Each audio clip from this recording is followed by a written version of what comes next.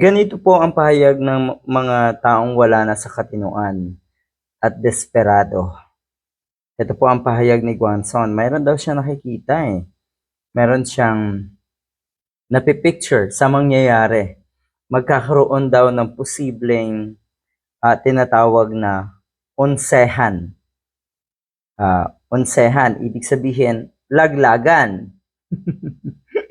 Parang gusto niyang ipabatid sa mga diehard na ang posibleng maglaglagan dito ay si PBBM at etong si dating Speaker Romualdez.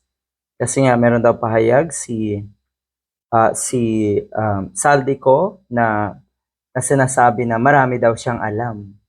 Matagal daw siyang nanahimik, marami daw siyang alam.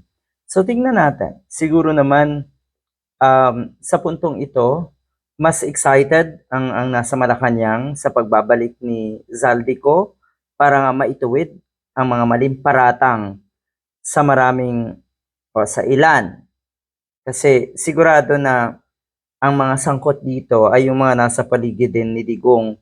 Yung sinasabi ni Rowena Guanzon na kung lulubog daw ako, kung lulubog daw ang isa, dapat kasama lahat.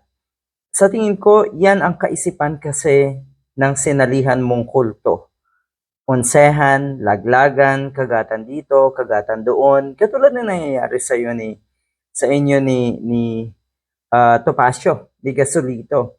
Ganyan ang sinalihan mong kulto na umiikot sa laglagan, umiikot sa onsehan, umiikot sa siraan, umiikot sa inggitan at umiikot sa bangayan. Kayo-kayo yan. So yung mga ganyang gawain ninyo, naku po, sanay na rin kayo na ipasa at ibato yan sa iba. Talaga lang, may mangyayaring onsehan sa pagitan ng mga nasa Malacanang, kasama si Speaker Romualdez, si Saldico, at ang iba pa. Baka wala. Malabo yan. Kasi, yun nga, ulitin ko gusto nyo lang iparatang ibato sa iba yung nangyayari sa kulto nyo ng mga Duterte.